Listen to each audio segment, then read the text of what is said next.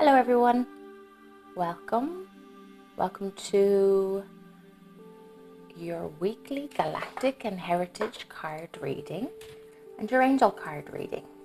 Today's Tuesday the 10th of October and this reading is for this week.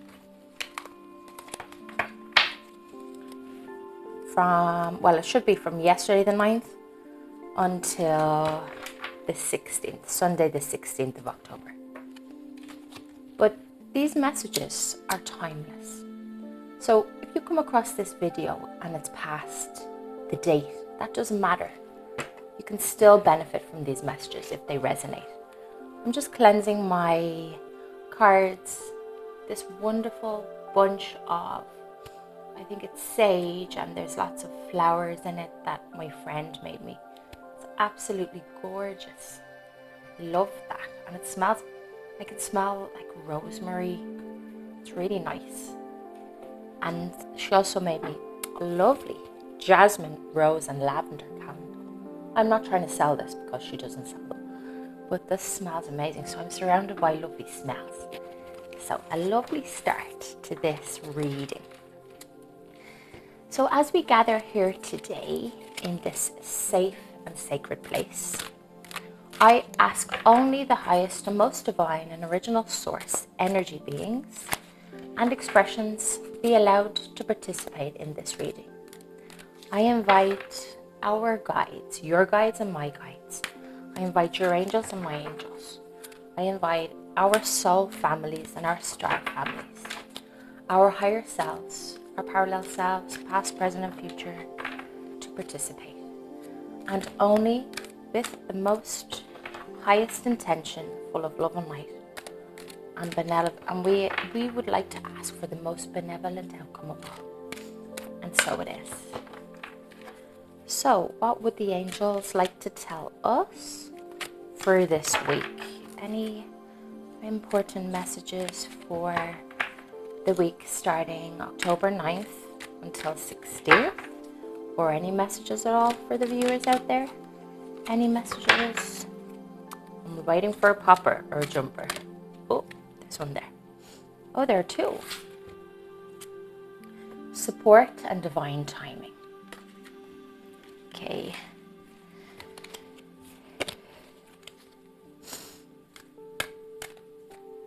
We're going to let's keep people out there suffering at the moment. Let's keep them in our thoughts and send loving and healing energy and good vibes their way while holding ourselves in a high energy too. Oh, the 4 have come out. So children and trust. Okay, so we have 4 today. Let's see what the angels have to say. So the first card is support. God, the angels, and the ascended masters who love, protect, and guide you are watching over you right now. You're not alone and you're safe. This card reassures you that you are part of an awesome and powerful team of benevolent beings. They surround, guide, and love you constantly. If you're in danger, they will intervene with warnings or life-saving measures. If you're afraid, they'll comfort you with energy of divine love. If you're confused, they will whisper guidance in your ear. By drawing this card, your angels and guides ask you to talk to them more frequently. Have mental conversations with them about everything, and you will soon see evidence of their existence. Soon the angels will enlist you to help other people if you feel doubtful about your ability to help others. Ask the angels to help you release these fears. So, sending all of the support necessary to all of the people out there who are suffering, keeping you in our thoughts while we keep our energy protected and as high as possible so that it contributes to the universal energy in a positive way as well. We can only send love and good thoughts from a place of good energy, if that makes any sense. Divine timing. Pay attention to doors that are opening and shutting for you right now. Walk through the doors that open and learn from the doors that shut. Your prayers are being answered. There is no doubt about that. However, everything operates according to the universal laws of divine timing. This means that certain pieces of the puzzle must fall into place so that other parts can come into fruition.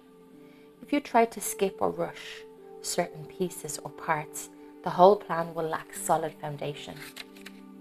Don't try to force open any doors that appear closed to you. Instead, ask your angels for guidance to see if the door closed because of negative expectations or if it's simply a sign of divine timing. Look for the doors that do open and walk through them with faith and gratitude. Yes. So, the next one. Children.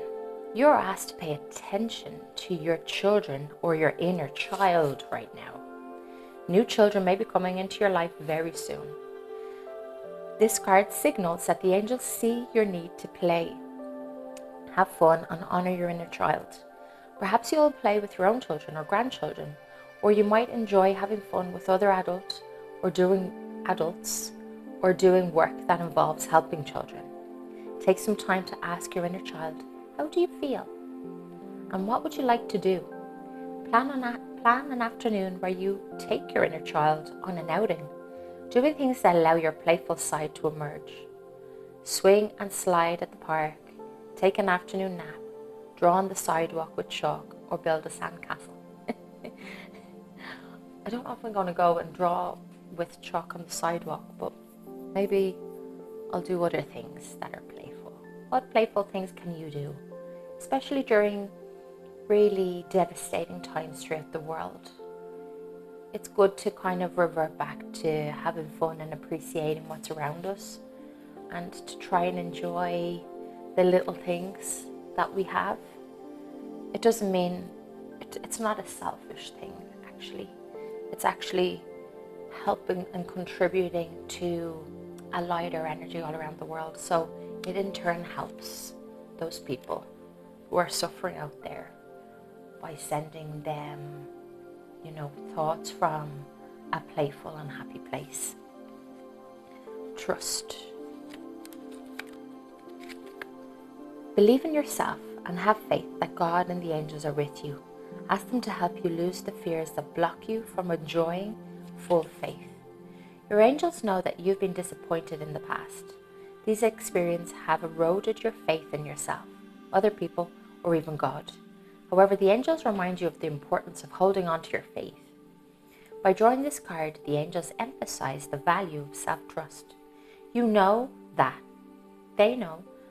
you, like everyone else, have made mistakes in the past. However, these mistakes have not eroded your true nature. You still have omnipresent God within you, and God is infallible. The angels ask you to trust in God and to trust in them. They will help you trust yourself. Very good. So support, divine timing, children, and trust. There's a nice sequence here. So always remember that all we have to do is ask. If you need anything, or if you're in a situation where you need help, you need direction and guidance, just ask. And then from a quiet space, you'll hear the answer. You really will. It gets me every time. Every time I ask, what do I do? And I put myself in a meditative state. Like, in the morning, just a few minutes silence. I get what I need to know. So if you need any help or any guidance about how to do that or suggested practices, feel free to contact me. I'll leave all of my details in the show notes here. So, Galactic family, what would you like to show us? So here we have spiritual technology, Vega in the present, and stubbornness, Pleiades in the past. Those are our first two poppers. Just jumped right out. So, Galactic family, what would you like to show the world today? Look, this one.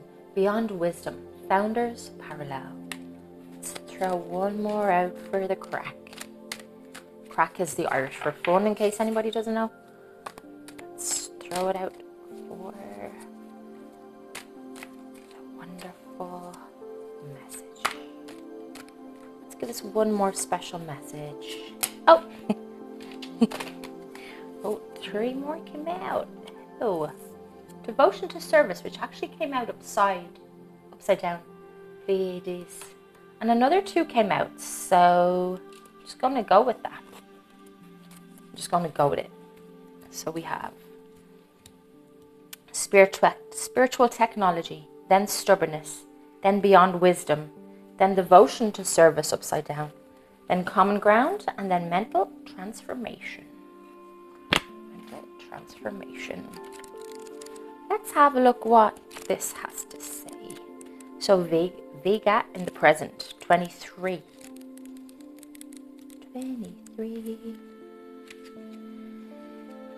The ancient vegan. I always wonder if it's vegan or vegan. Vegan. The ancient vegan mystics became quite adept at creating spiritual technology. This refers to using tools such as crystals, wands, geometry, and so on, to enhance spiritual experiences or perform a function, such as cleaning the energy in a home or healing a person. Originally, these tools were meant to be an enhancement of spiritual practices, but over time, the vegans became dependent on them and forgot the power was not in the objects. This was a profound lesson for them. Examine how you use spiritual tools now. Do you depend on them now more than your inner power? If this card appears in your reading, it could mean different things, depending on the surrounding cards, your life circumstances, and past karma. Perhaps it may imply that you're becoming too addicted to spiritual technology and need to look at your inner self as a source of evolution. Or perhaps the opposite is true. Perhaps you can benefit by investigating spiritual technology in a balanced way. It could also be pointing at past lives in Vega or Atlantis in which you dealt with the issue of technology. Go within and examine what this card means in context of the other factors mentioned above. Interesting. 40. Are you very heavily reliant on crystals or any kind of spiritual technology rather than your inner self? That's really what the card is asking. And if so, do you really need to use it? I'm asking myself this as well, by the way. Number 40, Pleiades. This message relates to having a fixed idea of how things should be and trying to force reality to fit that picture. This was a strong trait in ancient Pleiadian culture, which created many problems for their civilization. Some of us still try to carry this habitual pattern. Take a look at the situation you want changed. Be honest and see if you're trying to force a reality that doesn't exist in the now. Be truthful. In order to make a change, we must fully accept and relax with the situation as it is. Only then will things change in a natural way. If this card showed up, it may be about a connection that you have to this time in Pleiadian history, or it may simply be a warning that about becoming attached to your beliefs about how things should be in reality and a stubborn drive to change them according to what you feel is right.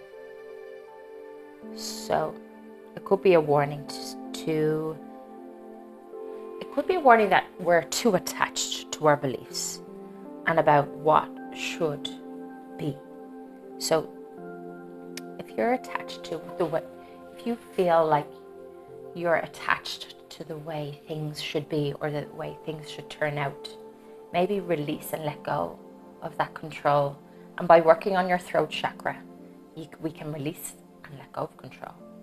If you're doing a meditation, a chakra clearing meditation around your blue throat chakra, you can just say, I release and let go of control, and I go with the flow.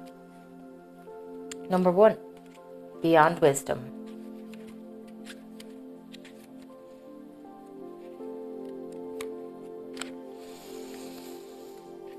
Founders.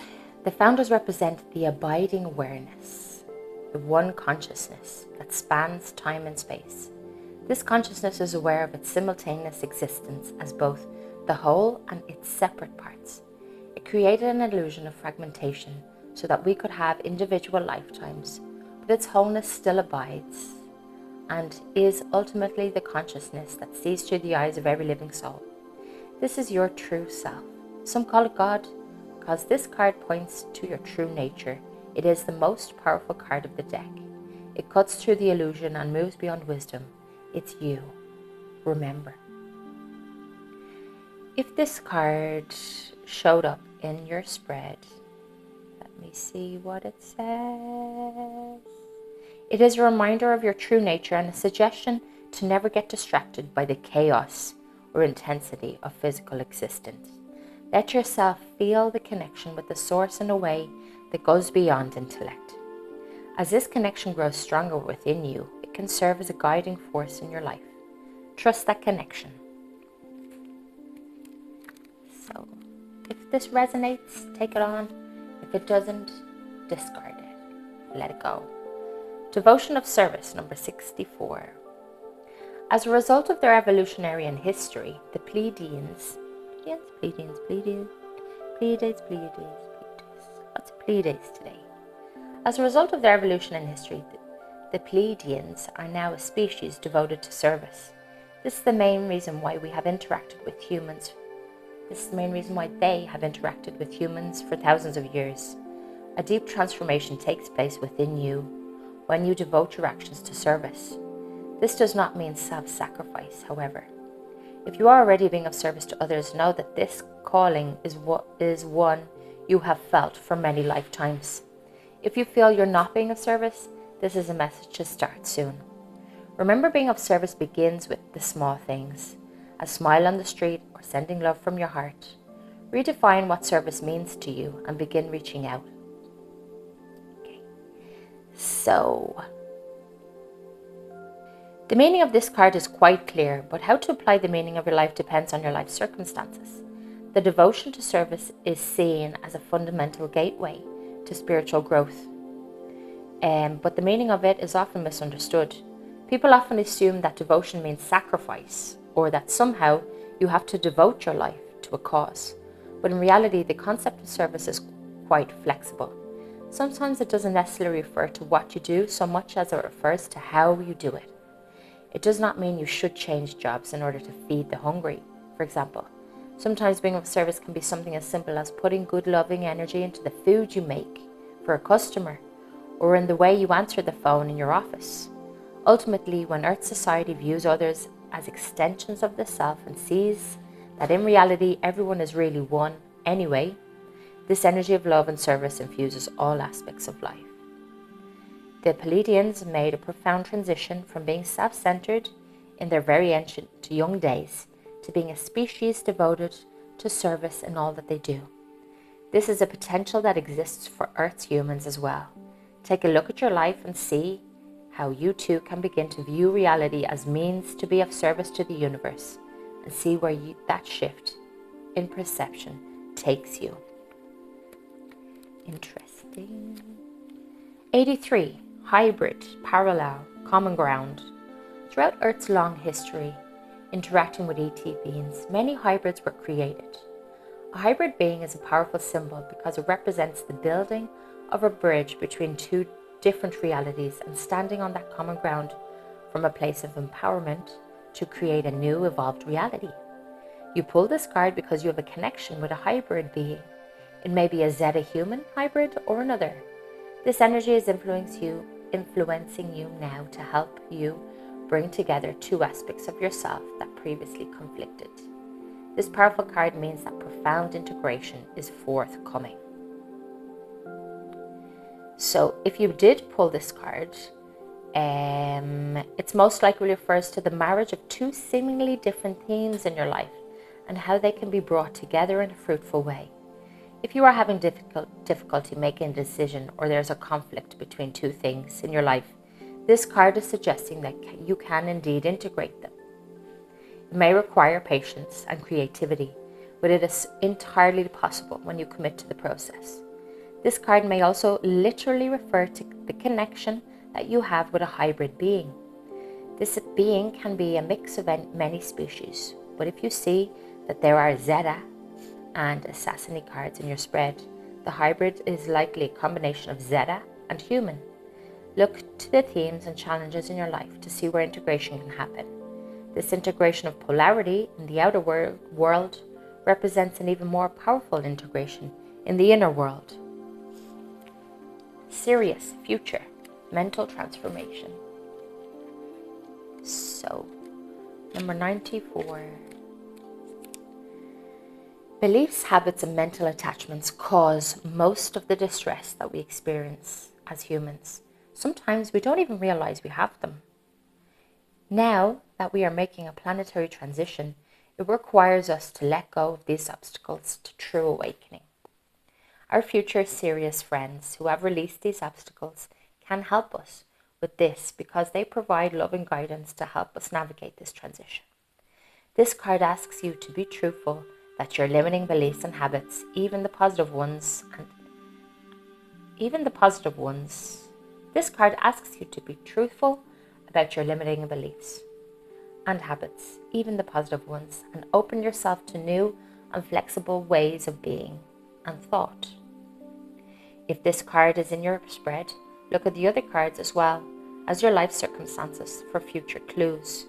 The meaning may have to do with the needed transformation that must take place in your thought and belief patterns in order for you to make a shift. Conversely, this card may be acknowledging that you have made this shift and are ready to move into a new level of growth. Self-honesty will be needed in order to know which of these options or another is accurate.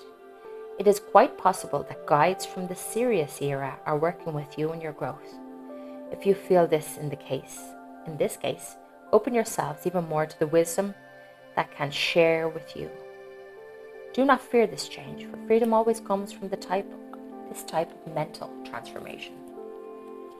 What's coming to me right now at the moment is hand it over. Hand whatever needs to be handed over, hand it over. Let's hand over our resistance, our limited beliefs, our fears that no longer serve us anymore. Let's hand it over to our galactic family who are helping us through a transition. Let's hand over anything that doesn't serve us anymore, that we no longer need, in order for us to transform absolutely, completely. So, giving up all resistance, letting go of all stubbornness, letting go of whatever it takes for us to completely transition, and allowing us to connect to where we're supposed to be and what we're supposed to do. So if you find it difficult to take the step to do what you're supposed to do, or you feel a bit lost, or you don't really know what you're supposed to be doing, or what exact steps you're supposed to take, hand it over. You can hand it over to your higher self, hand it over to your guides, you can hand it over to your star family or your soul family, your parallel self. Just allow them to take control and for you to release and let go. I hope you've enjoyed this reading.